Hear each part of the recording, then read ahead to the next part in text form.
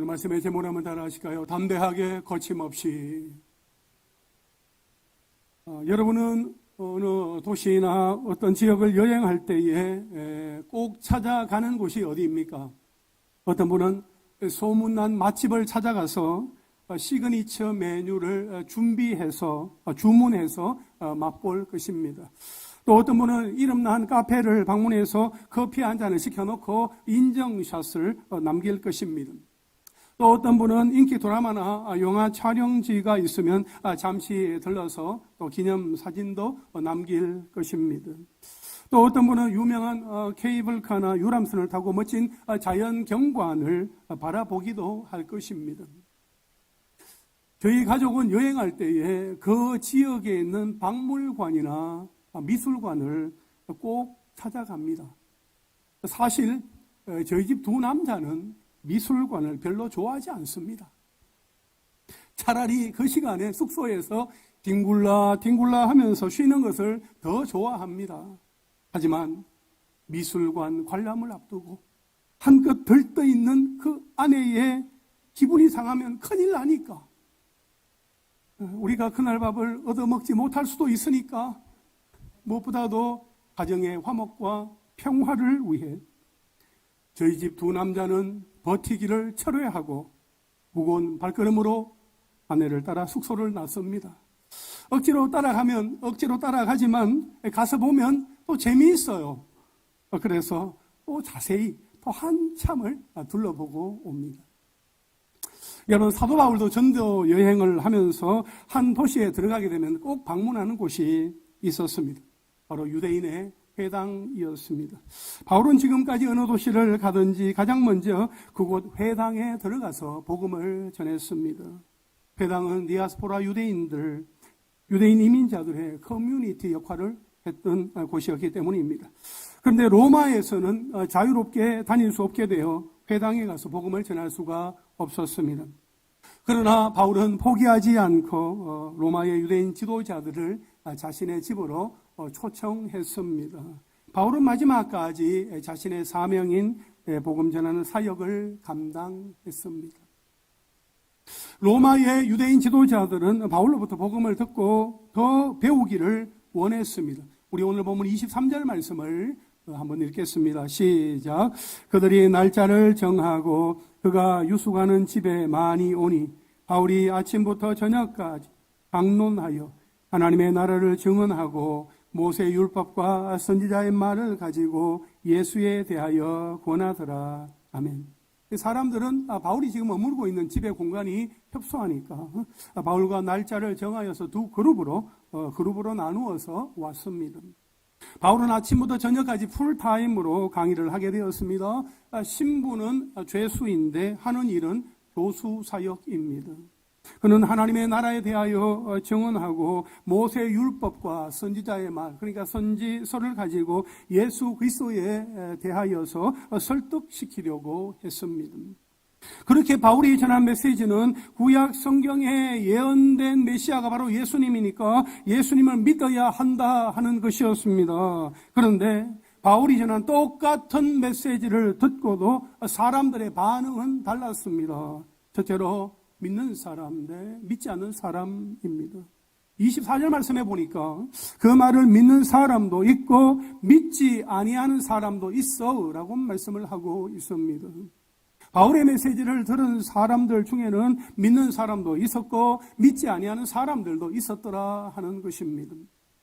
여기에서 이렇게 믿는 사람이란 믿어지기 시작하는 사람들이라는 의미입니다.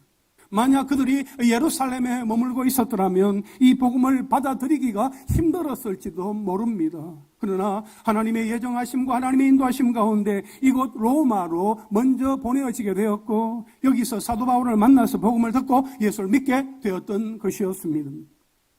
반면에 함께 복음을 들었으나 믿지 않는 사람들이 있었습니다. 소수의 무리를 제외한 대부분의 유대인들은 복음을 배척했습니다.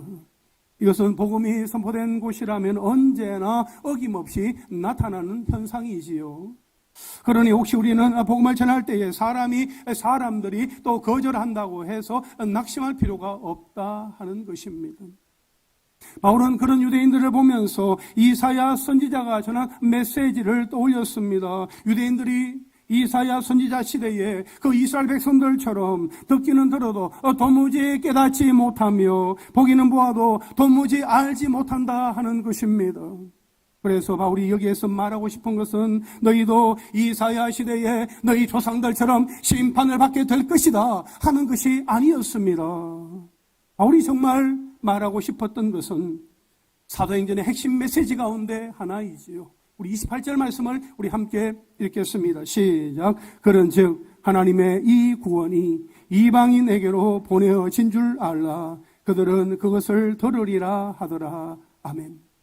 여러분, 이 말씀은 복음이 어떻게 유대인들에게서 이방인들에게로 어떻게 예루살렘에서 로마로 옮겨갔는지를 우리에게 보여줍니다.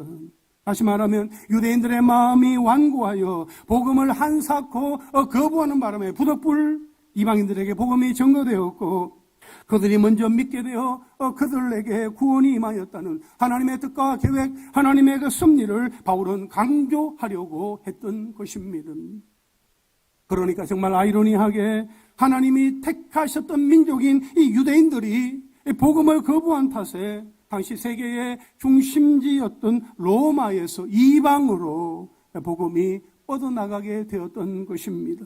여러분, 이것은 사도행전 1장 8절에 오직 성령이 너희에게 임하시면 너희가 권능을 받고 예루살렘과 온 유대와 사마리아와 땅 끝까지라는 그 말씀이 그대로 성취되는 것을 우리에게 보여주는 것입니다. 물론 이 구속의 경륜은 복음이 전 세계를 돌고 돌다가 다시 예루살렘에 이르게 되는 날 유대인들도 마침내 하나님 앞에 돌아오면서 대단원의 막을 내리게 될 것입니다. 우리 하나님은 세상 모든 민족이 구원을 받기까지 쉬지 않고 일하실 것입니다. 그러므로 우리도 계속해서 구원의 복음, 생명의 복음을 일상에서 만나는 사람들에게 전해야 합니다. 오늘 본문 25절에 보면 서로 맞지 아니하여 흩어질 때에 라고 말씀하고 있어요.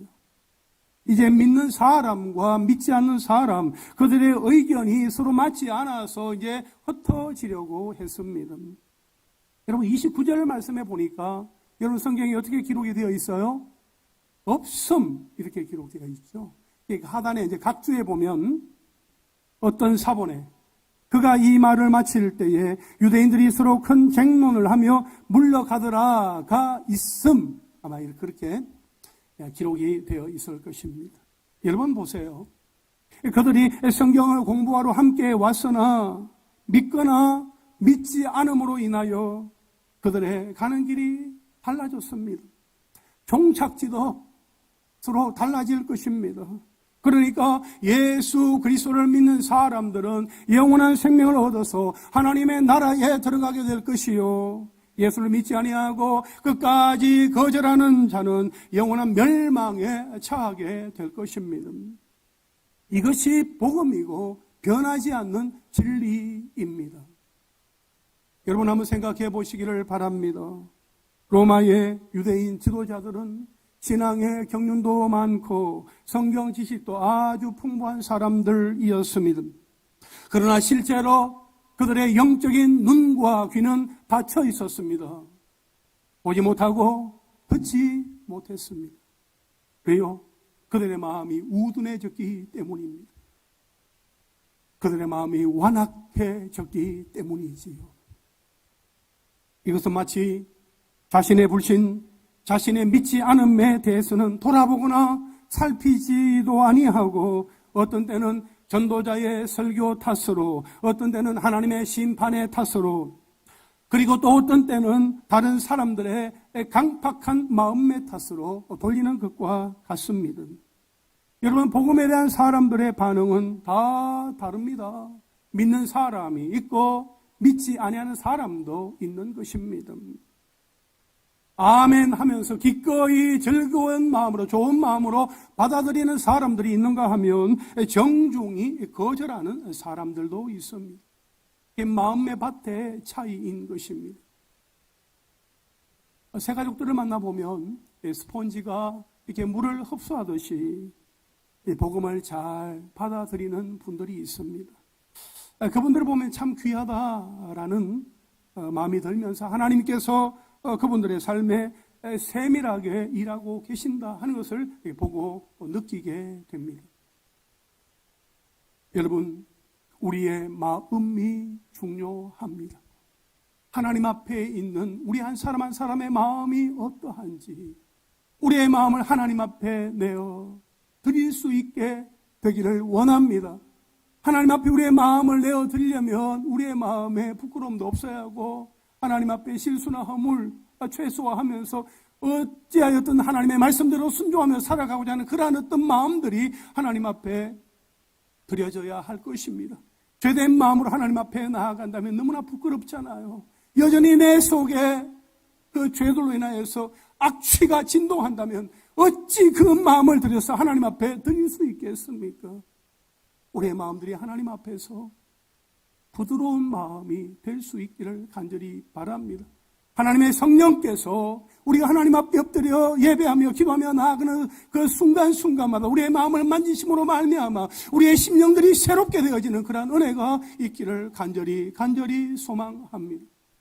여러분, 에스겔 11장 19절 말씀에 보게 되면 내가 그들에게 한 마음을 주고 그 속에 새 영을 주며 그 몸에서 돌 같은 마음을 제거하고 살처럼 부드러운 마음을 주고 라고 말씀을 하고 있습니다.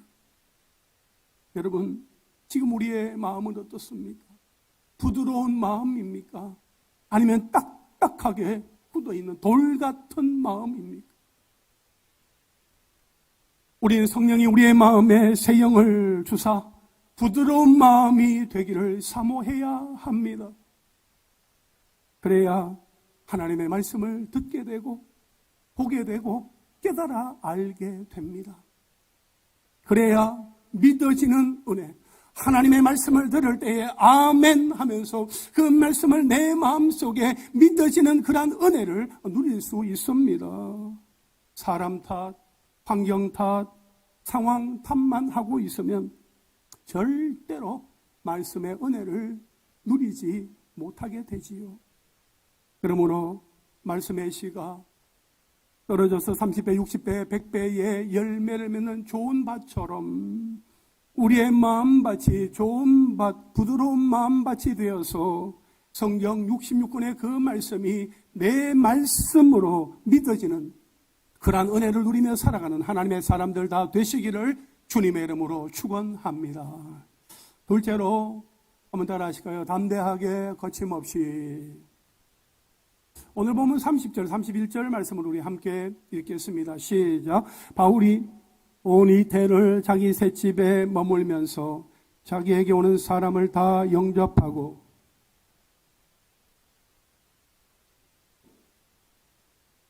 담대하게 거침없이 가르치더라. 아멘. 여러분, 바울은 2년 동안 로마에 머물면서 복음을 전하게 됩니다. 이 30절 중반절에 보면 자기에게 오는 사람을 다 영접하고 이렇게 기록이 되어 있어요. 바울은 자기에게 오는 사람들을 다 영접했습니다. 여기에서 이렇게 영접했다는 이 말은 단순히 환영했다라는 의미가 아니라 다 인정하고 받아들였다라는 그런 의미가 여기에 담겨져 있습니다. 그래서 이 표현 속에는 바울에게 오는 사람들 중에는 상류층 사람들뿐만 아니라 하류층 사람들과 노예들도 포함되어 있었다 하는 것을 암시합니다. 또한 유대인과 이방인이 다 포함되어 있었다 하는 것이지요. 한마디로 구별이 없었습니다. 차별도 없었습니다. 사도행전 9장 15절에서 부활하신 예수님은 다메섹의 제자인 그 아나니아에게 바울을 부르신 그 목적을 말씀해 주셨습니다. 주께서 이르시되 가라, 이 사람은 내 이름을 이방인과 임금들과 이스라엘 자손들에게 전하기 위하여 택한 나의 그릇이라, 그렇게 말씀을 하셨어요. 여기에서 이방인과 임금들과 이스라엘 자손들에게 라는 이 말씀은 구별 없이 또 차별 없이 모든 사람에게 라는 그런 의미입니다. 바울은 주님의 부르심을 따라서 그렇게 쓰임을 받았던 것이요. 그가 만나는 사람에게 예수 이름을 전하며 유대인이든 이방인이든 그가 만나게 되는 사람, 그를 비난하고 박해하고 비방하고 그에게 돌을 던지려고 하고 매를 치는 사람, 위해를 가하고 그에게 어떤 협박을 하면서 그를 억누르는 그러한 사람들에게도 그는 예수의 이름을 전하기를 주저하지 않았습니다. 여러분 31절 말씀에 보면 눈에 띄는 두 개의 부사가 있습니다. 담대하게 그리고 거침없이 라는 단어입니다. 먼저 담대하게라는 단어는 솔직하고 분명하며 두려움이 없는 이라는 말입니다. 예수님의 12제자가 예수님의 부활하신 후에 담대함을 보였고 사도행전 4장에서 베드로와 요한이 예루살렘 공회원들 앞에서 담대하게 말하였고 더 담대하게 해달라는 그 기도한 이래로 사도행전의 아주 특징적인 단어가 되었습니다. 담대하게. 우리가 일상에서 담대하게 두려움 없이 용기를 가지고 예수의 이름으로 나아가는 은혜가 있기를 소망합니다. 또한 거침없이라는 단어는 아무런 방해도 받지 않고라는 말입니다. 이 거침없이라는 말은 비록 바울에 대한 군인들의 감시는 계속되었지만 바울이 말하는 것에 대한 금지령을 내리지는 않았다 하는 의미입니다. 비록 바울의 손은 아직도 이렇게 묶여 있었지만 그의 입은 예수 그리스도를 위해 열려 있었습니다. 비록 그는 쇠사슬에 매여 있었으나 하나님의 말씀은 매여 있지 않았습니다. 또한 바울은 자신을 찾아오는 사람들뿐만 아니라 자신이 전도했던 그 지역의 교회의 성도들에게 편지를 써서 보냈습니다. 그 편지들이 바로 지금 우리가 성경 속에서 함께 보고 읽고 듣고 나누고 있는 에베소서, 빌립보서, 골로새서, 빌레몬서, 그러니까 옥중서신이라고 말하는 네 편의 편지가 되겠습니다. 여러분, 우리는 세상에 매여 있지 않고 복음에 매여 있는 사람들입니다. 아멘이십니까? 하나님의 말씀에 우리의 마음을 두고 있는 사람들입니다. 사랑하는 성도 여러분, 지금 여러분의 마음은 어디에 있습니까? 내 마음을 어디에 두고 있습니까? 우리가 세상 속에 살아가고 있지만 우리의 마음을 세상 속에만 두어서는 안 됩니다. 세상 속에 두고 세상 속에서 얻을 수 있는 것으로 만족하고 기뻐하고 그렇게 누리면서 살아가는 것으로 끝나서는 안 된다는 것입니다. 세상 사람들은 그렇게 살아갈 수 있어요. 그러나 우리는 그렇게 살아가서는 아니 됩니다. 우리의 본향이 있기 때문에 하나님이 계신 그 하나님 나라에 속한 거룩한 하나님의 백성들이기 때문에 정말 세상 사람들과 다른 가치 기준, 성경적인 가치관을 가지고 하나님의 말씀 앞에 순종하며 살아가야 하는 것입니다. 우리의 마음을 세상이 아닌 하나님의 말씀에 둘 수 있게 되기를 바라고 하나님께 온전히 매인받아져서 살아가는 하나님의 사람들 될 수 있기를 간절히 소망합니다. 그래야 하나님의 말씀을 가지고 담대하게 거침없이 복음의 현장에서 복음의 메신저로서 그 사명을 감당하며 살아가는 하나님의 사람들 다 되시기를 주님의 이름으로 축원합니다. 마지막 셋째로 하나님의 나라와 주 예수 그리스도의 모든 것입니다. 31절 말씀을 보시면 하나님의 나라를 전파하며 주 예수 그리스도에 관한 모든 것을 담대하게 거침없이 가르치더라 했습니다. 바울은 자신이 메인 몸이면서도 자신을 찾아온 사람들에게 하나님의 나라를 전파하고 주 예수 그리스도의 모든 것을 담대하게 거침없이 가르쳤습니다. 하나님의 나라는 죽어서 가는 저 천국만이 아니라 이 세상에서 일하시는 하나님의 역사이기도 합니다.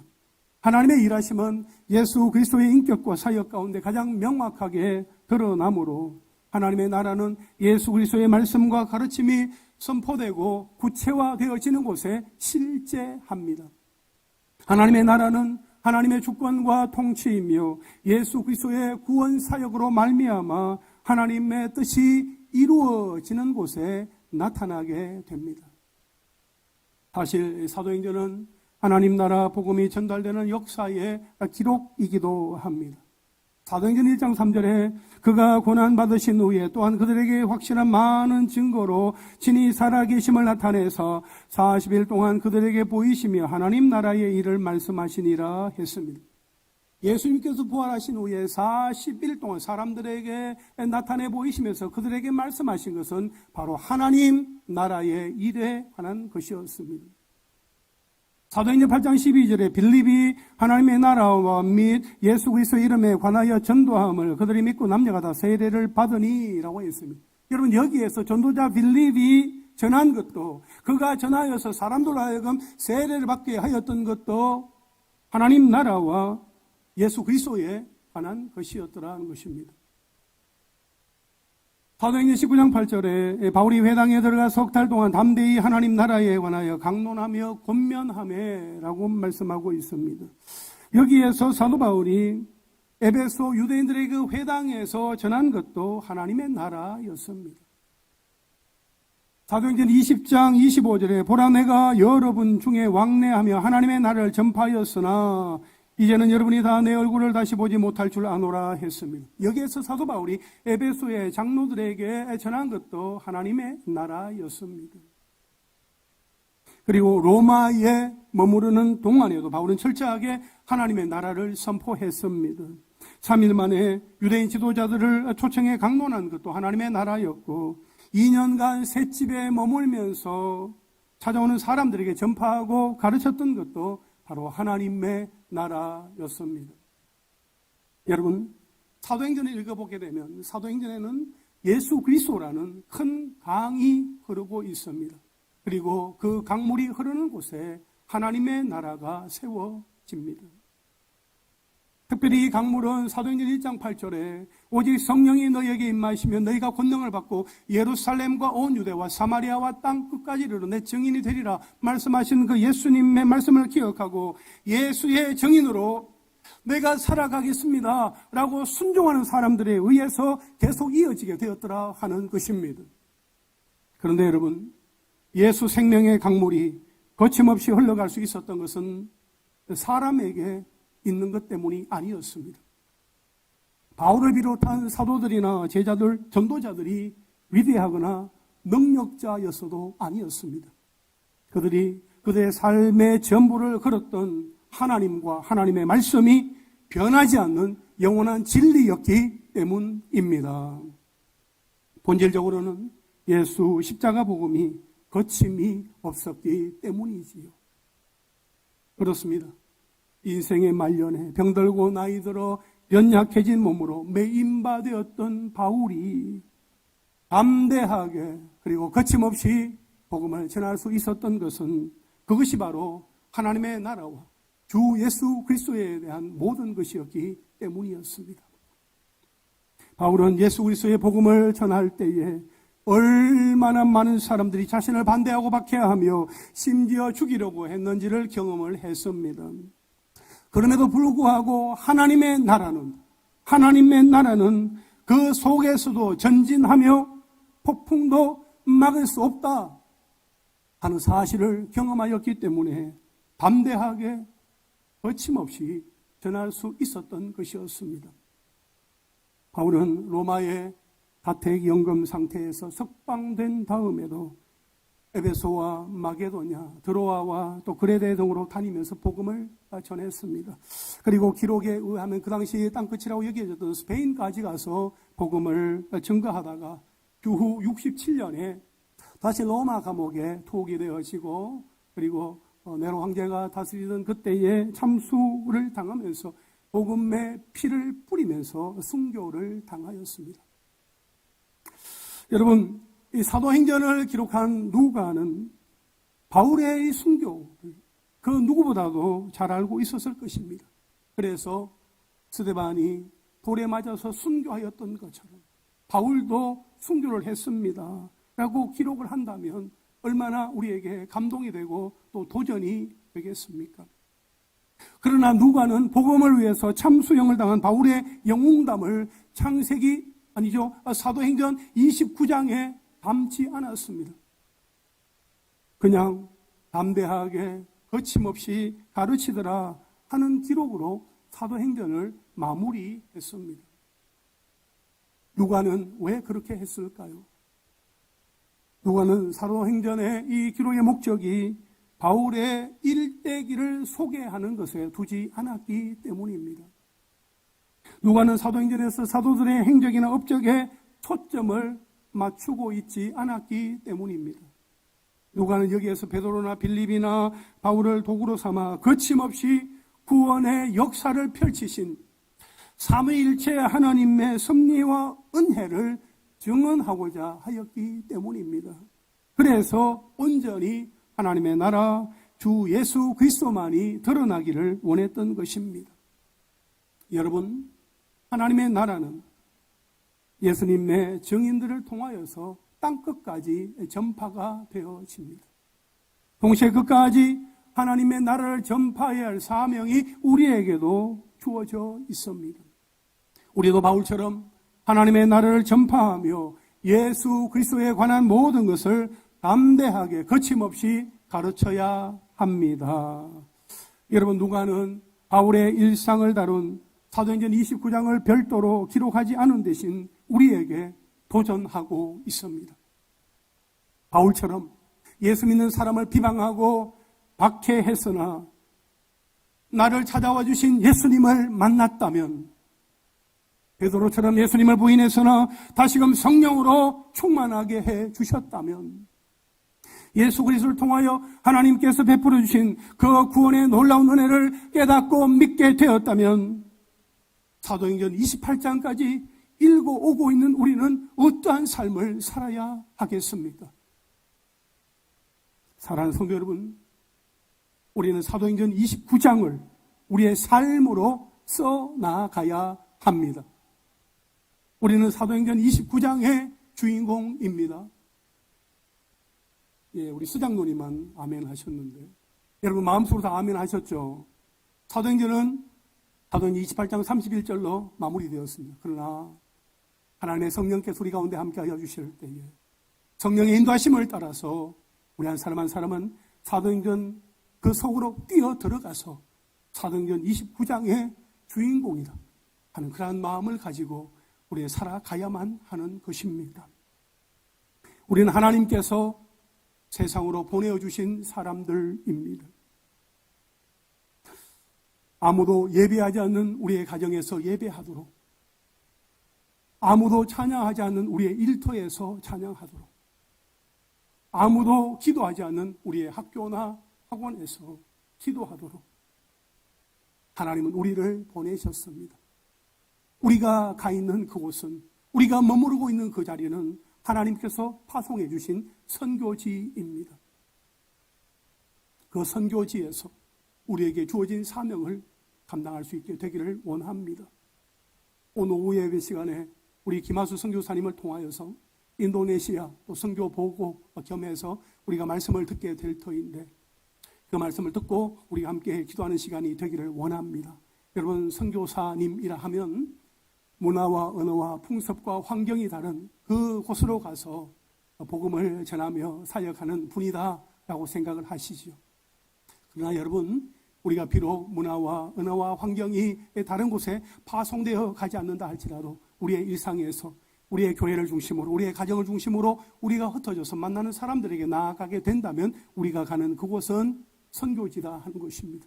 우리가 그곳에서 일터 선교사로, 가정 선교사로, 학원 선교사로, 직장 선교사로, 군 선교사로 하나님 앞에 쓰임 받을 수 있게 되기를 원합니다. 우리가 그 현장에서 주의 말씀대로 순종하며 살아감으로 말미암아 사도행전 29장을 써갈 수 있게 되기를, 신사도행전을 기록하며 나아갈 수 있게 되기를 간절히 소망합니다.